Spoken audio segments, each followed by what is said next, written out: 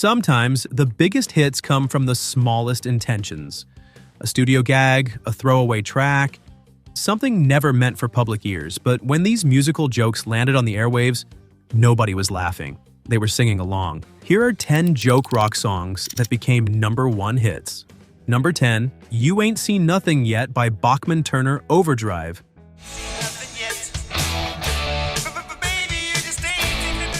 Randy Bachman never wanted this song to see the light of day. Back in 1974, while working on their third album, Not Fragile, Bachman-Turner Overdrive used the track purely as a work song in the studio. It was there to help set microphone levels and get the amplifiers adjusted properly. The stuttering vocal wasn't an artistic choice. Randy recorded it as a private joke for his brother Gary, who had a speech impediment. Gary was actually the band's manager, and Randy thought he'd get a kick out of hearing his big brothers sing with a stutter. The band made one recording with the stammering vocals, fully intending to send that single tape to Gary and forget about it. But when Charlie Fake from Mercury Records came to hear the album, he said something was missing. The 8 songs they'd recorded were good, but nothing jumped out as a single to follow their previous hits. Some band members suggested the work track. Randy was mortified. He told Fake it was just a joke, that he was laughing at the end, that the vocals were sharp and flat, and that he'd only done the stuttering as a gag for his brother. Fake listened anyway. He immediately said that was the track. There was something about it, he explained, a brightness that made it float above the other songs. Randy agreed to add it to the album on one condition. He wanted to re-record the vocals without the stutter. He tried, but as he later said without the stammer, he sounded like Frank Sinatra. It just didn't fit the song anymore. Radio stations started playing it like crazy, even before it was officially released as a single. Randy would turn the radio down whenever he heard it come on, embarrassed by what he considered a throwaway joke. His wife finally convinced him to stop fighting it. He called Fake and gave permission to release it officially, betting it would do nothing. The song hit #1 on the Billboard Hot 100 on November 9th, 1974. It stayed there for 1 week, dropped dramatically to number 34, then incredibly jumped back up to number 8 for 2 more weeks. That kind of chart behavior was almost unheard of. The song became BTO's only American #1 and their biggest hit in the United Kingdom, reaching number 2 on the UK singles chart. Randy Bachman has said the experience taught him something about hits. The magic is out of your hands, and there was one unexpected benefit. By the time the song reached number 1, his brother Gary had gone to speech therapy and largely overcome his stutter. Number 9, Sweet Child O' Mine by Guns N' Roses.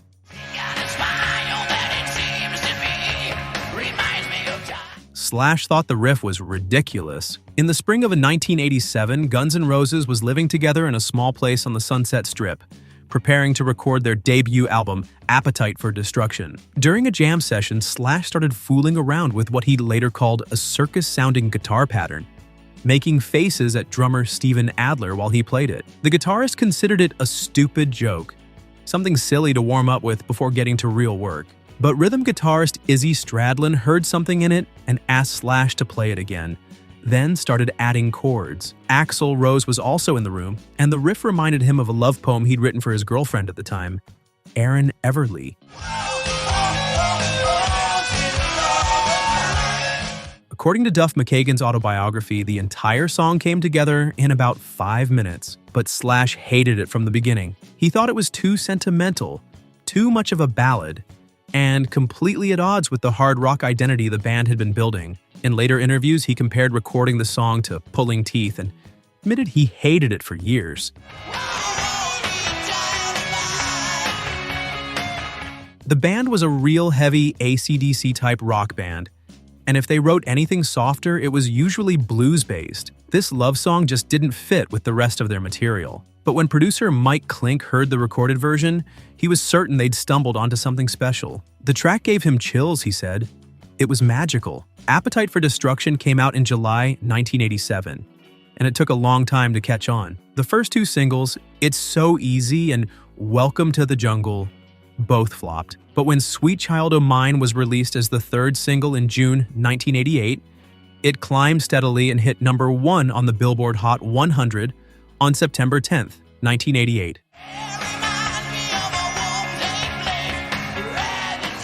The song stayed at the top for 2 weeks and became not just the band's biggest hit, but their only #1 single. While they were climbing toward that top spot, Guns N' Roses was actually opening for Aerosmith on tour. By the time the tour ended in September, the opening act had completely eclipsed the headliners in popularity.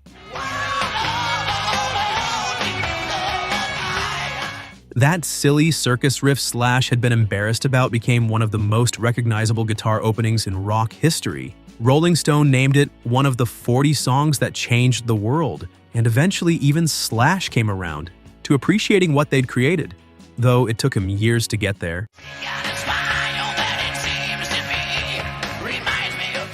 Number 8. The Purple People Eater by Sheb Wooley. One-eyed, one-horned, flying purple people eater sure looks strange to me. Sheb Wooley heard a joke from a friend's child in 1958.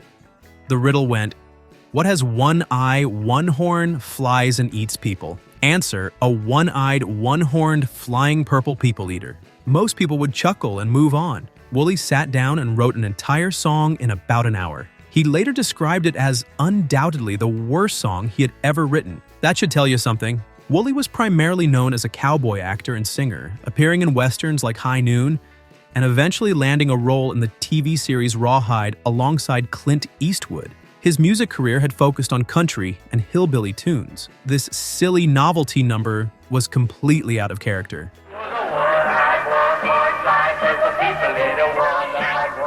When Wooley brought the song to MGM Records, they initially rejected it flat out. The label said it wasn't the type of music they wanted to be identified with, but somehow an acetate of the recording made it to MGM's New York office, where it became wildly popular with the younger employees who would play it during lunch. The enthusiasm from the office staff convinced the label to take a chance on it.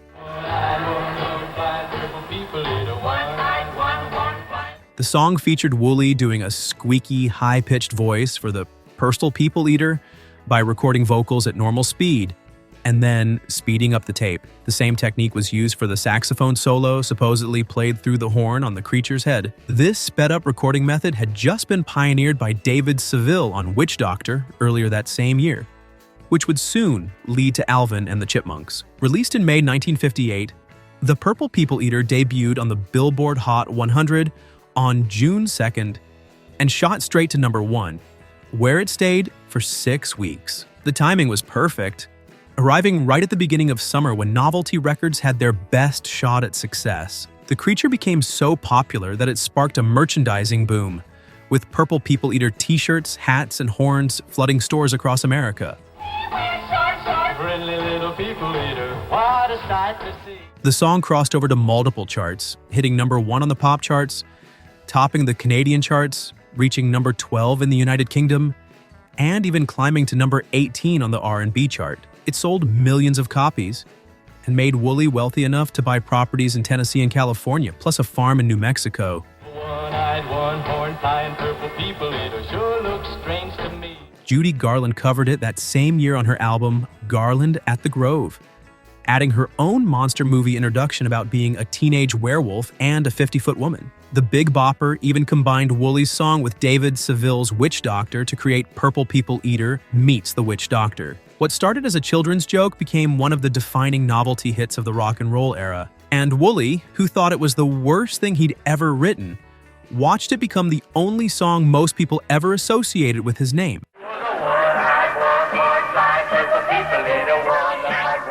Number 7. The Streak by Ray Stevens.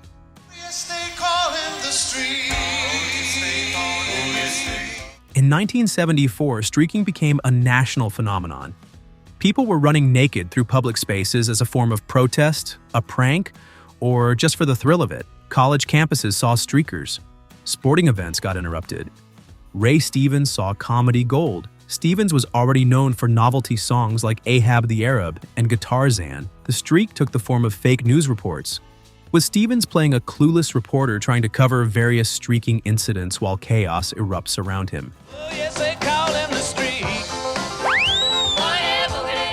The song features a recurring character named Ethel, who keeps getting unwanted views of the streaker despite the narrator's attempts to shield her eyes. Released at the peak of the streaking fad, The streak shot straight to the top of the Billboard Hot 100. It stayed at number 1 for 3 weeks and became one of the biggest-selling records of the decade, moving over 5 million copies. Stevens performed it on American Bandstand, complete with visual gags. The song became so associated with the streaking phenomenon that decades later, people still connect the two. It was pure novelty, never meant to be anything more than a quick laugh tied to a cultural moment.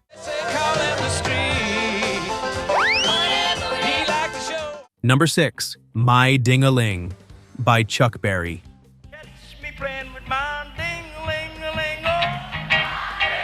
Chuck Berry spent decades as one of rock and roll's founding fathers, crafting genuine classics like Johnny B. Good, Roll Over Beethoven, and Maybelline. These were serious songs that helped define what rock music could be. So it seemed almost cruel that his only American number 1 hit was a silly novelty song about a bell. Berry didn't even write it. The song was originally recorded by Dave Bartholomew in 1952 under the title Little Girl Sing Ting-a-Ling. Berry first recorded his own version in 1968, but it went nowhere. Then, in 1972, he recorded a live version at the Lanchester Arts Festival in Coventry, England, complete with audience participation and plenty of innuendo. The song used playground double entendre, with Berry singing about a bell while the audience caught every winking suggestion that he might be talking about something else entirely. People rang their bells. They let others play with them. The suggestive wordplay was obvious enough to feel naughty, but innocent enough to get past censors. The live recording was released as a single and climbed to number 1 on the Billboard Hot 100 on October 21st, 1972, where it stayed for 2 weeks. It also topped charts in several other countries. Berry was 46 years old when he finally got his first number 1 single in America, and it came from what many considered his least important song.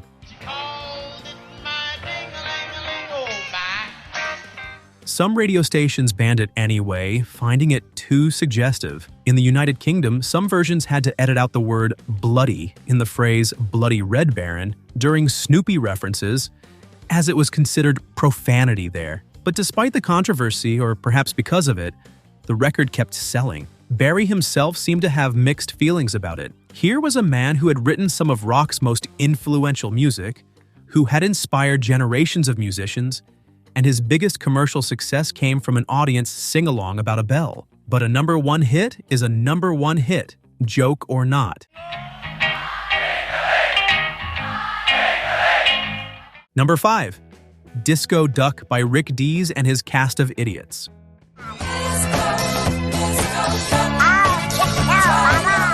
Rick Dees was a disc jockey in Memphis in 1976 when disco fever was reaching its peak. He thought the whole disco craze was getting out of hand and decided to poke fun at it. His solution was to record himself quacking like Donald Duck while describing the adventures of a duck at a disco. The song was exactly as ridiculous as it sounds. Dees used a Donald Duck voice, added disco beats, and called his backing band his Cast of Idiots. It was pure parody, a joke record that Dees thought might get a few laughs on local radio. He spent one day writing it, then spent 3 months trying to convince anyone to actually record it. Look at me, I'm a disco duck. When it finally got made, country radio stations picked it up first. Then top 40 stations followed. The song spread regionally, then nationally, and suddenly Rick Dees had a massive hit on his hands. Disco Duck shot to number 1 on the Billboard Hot 100 and stayed there for 1 week in October 1976. The song sold over 4 million copies and became one of the biggest-selling records of the entire decade. Dees performed it on American Bandstand, lip-syncing alongside a duck puppet. The absurdity was the entire point.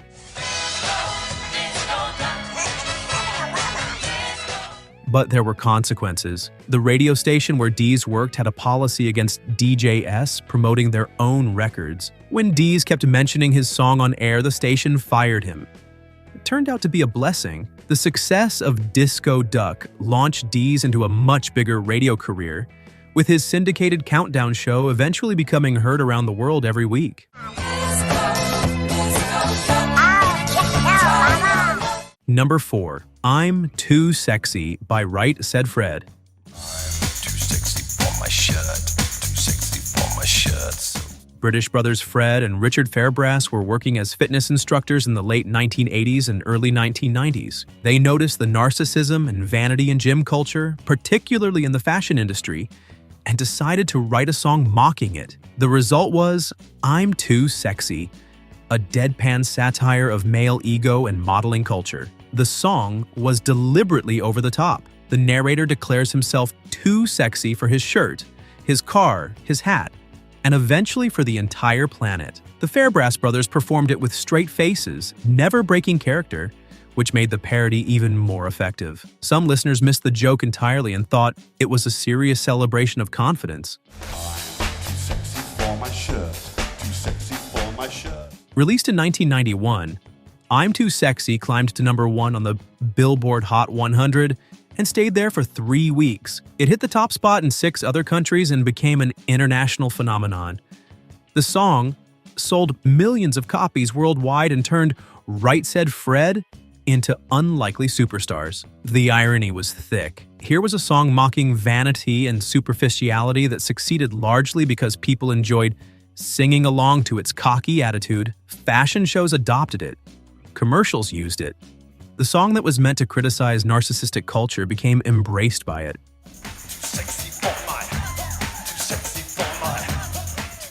Right Said Fred had 2 more number 1 singles in the United Kingdom, but they never returned to the top 10 in the United States. They became known as one-hit wonders based on a joke song, and the joke had worked better than anyone expected. I'm too sexy for my shirt. Too sexy for my shirts. Number 3, Witch Doctor by David Seville.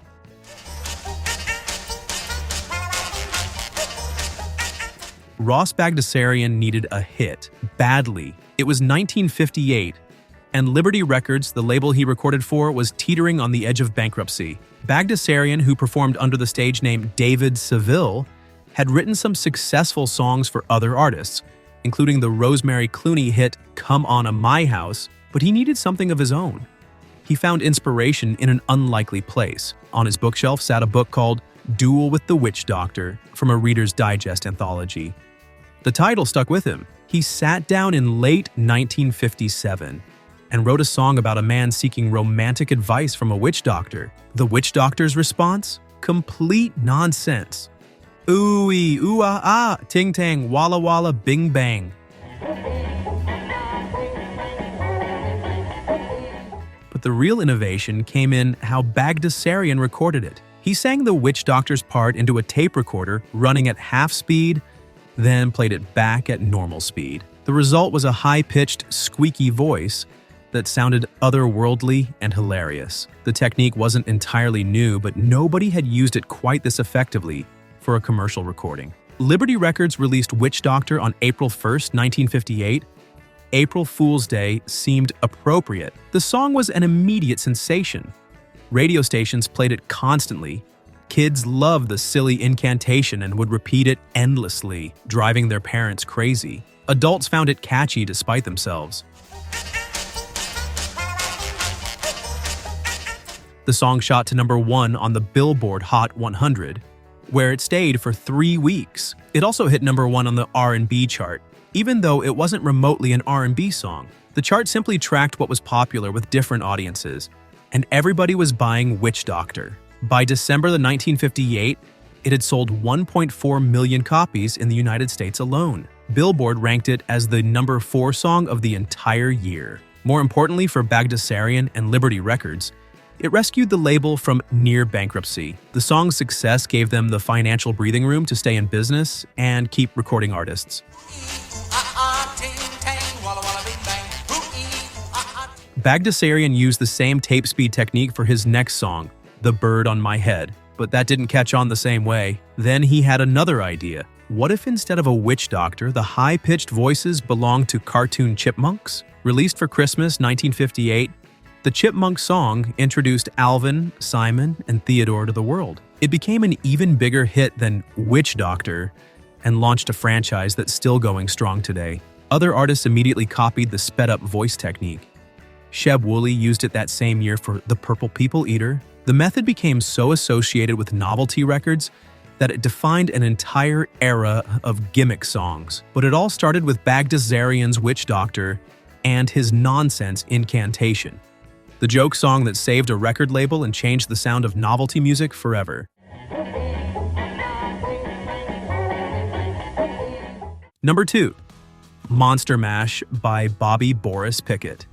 He did the Monster Mash.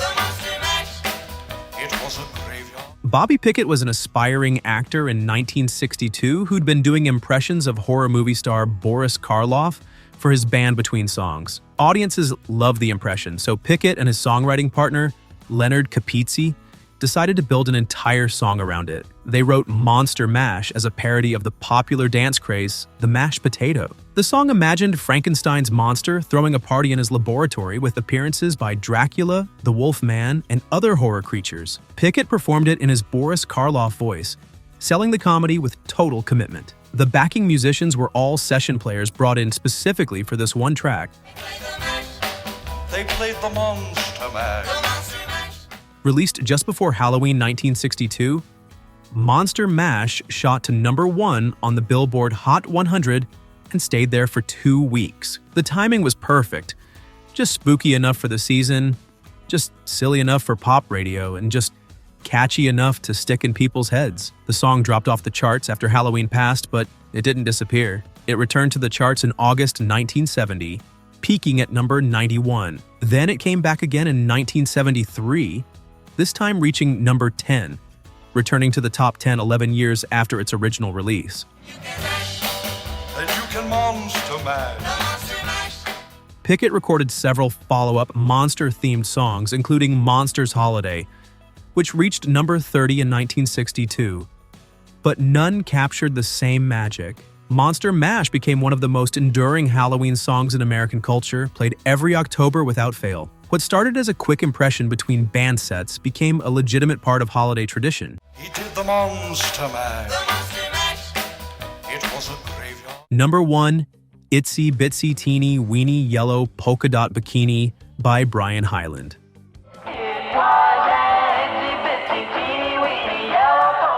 Songwriter Paul Vance was on his way home from the beach with his family in 1960 when his 2-year-old daughter refused to come out of the water. She was shy about wearing her new bathing suit and kept hiding. Vance thought the moment was cute and immediately started working on a song about it. By the time he got home, he called his songwriting partner, Lee Pockris, and sang the lyric over the phone. Within a couple of hours, Pockris had 90% of the tune written. The speed at which they created it should have been the first warning sign. He was afraid to come out of the locker. Vance originally wanted a female vocalist to record it, so he hired a session singer and backup vocalist for the demo. When he took the track to producer Dave Kapp at Kapp Records, the reception was ice cold. Kapp thought the song was too raunchy to be a hit single. There was an awkward conversation where Vance had to explain the true story about his toddler daughter and how the song was really about childhood shyness, not sexuality. Kapp eventually came around but insisted they re-record it with a male singer instead. They chose Brian Hyland, a 16-year-old high school sophomore and former choir boy from Queens who was working as an office boy at the record label. Hyland had never even sung with a band before, but they let him record some demos. They gave Hyland the demo on a Friday. He had to learn it over the weekend and came in to record it on Monday. As Hyland later recalled, when they recorded it, there seemed to be a real buzz in the air about the song, but nobody could have predicted what happened next. Released in the summer of 1960, Itsy Bitsy Teenie Weenie Yellow Polka Dot Bikini shot to number 1 on August 8, 1960, where it stayed for 1 week. The song sold almost 1 million copies in just the first 2 months of release and eventually moved over 2 million copies total. It also reached number 8 in the United Kingdom and became one of the defining summer songs of 1960, right alongside Chubby Checker's The Twist. It was an itsy bitsy teeny weeny yellow polka dot. The chorus was designed to be annoying. That tongue-twisting title, repeated over and over, was less a celebration of the girl in the song and more of a playground taunt. It stuck in people's heads whether they wanted it there or not, which turned out to be the key to its success. For Hyland, life changed overnight. He went from being invisible in his neighborhood to having girls lining up on his stoop for autographs. The song made him wealthy enough to stop riding the subway and buy Martin guitars, as he put it. It became his only #1 hit, though he did score a genuine classic 2 years later with Sealed with a Kiss, which reached #3. But Itsy Bitsy Teenie Weenie Yellow, Polka Dot Bikini remained his signature song. The novelty record about a toddler's shyness that Paul Vance claimed made him several $1 million in royalties.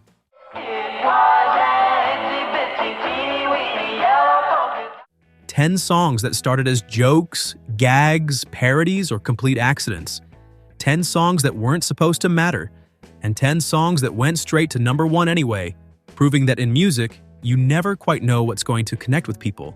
The magic really is out of your hands. If you enjoyed this trip through rock's accidental hits, hit that like button and subscribe for more music history. And let us know in the comments, which of these songs did you remember hearing when it first came out?